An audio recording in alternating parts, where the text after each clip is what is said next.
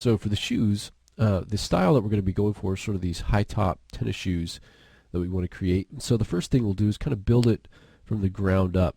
Now thinking about the shape, we can actually use, again, a box modeling technique to get this going. So in this case, we'll go ahead and create a polygon primitive, and let's create a cube. All right, let's go ahead and we'll change some of these values. We'll change the width and the height and the depth, and we get kind of a rough shoe shape. And we can also start to put it into position here. We go into the side view and kind of move it up into position and increase the depth a little bit.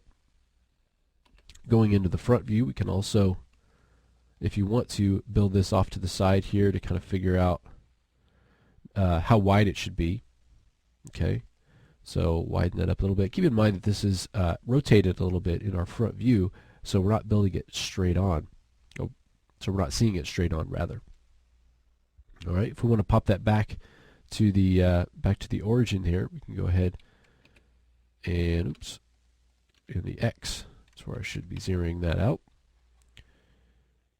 And let's go ahead and make this. Let's go ahead and keep that the way it is, and we'll just add resolution to fix that. So what we want to do is create this sort of shape coming up here to begin with. And so let's go ahead and add some resolution. So we want some subdivisions along the width. So let's add maybe 3 at the minimum. Okay, we can always add a few more. And let's go ahead on the subdivisions on the height. And let's add maybe a couple subdivisions there, so up to 3.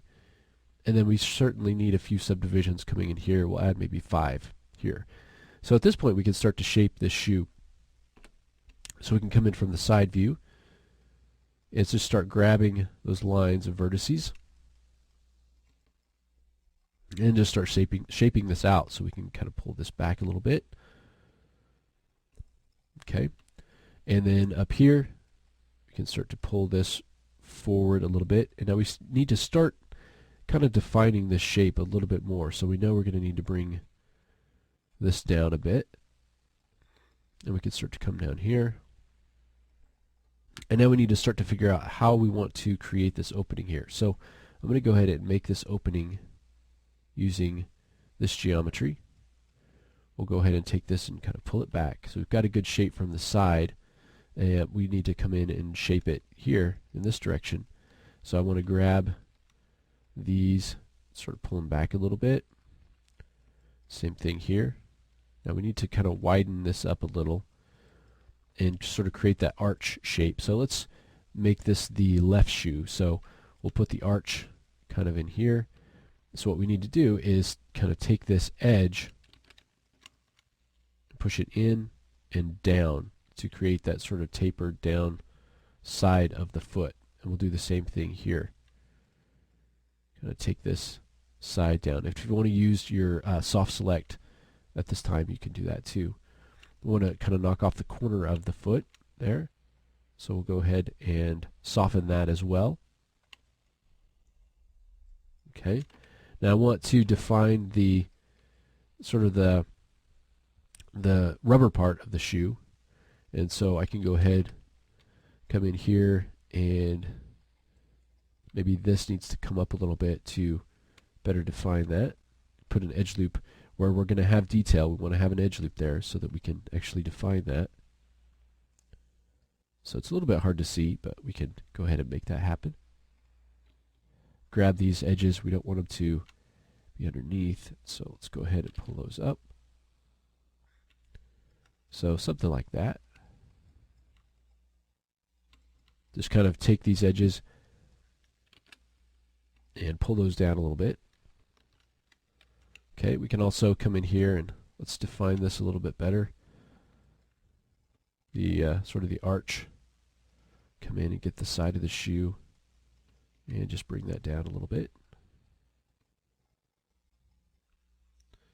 Alright, now the front of this shoe is a little bit thick, I think, so let's go ahead and bring that up just a bit.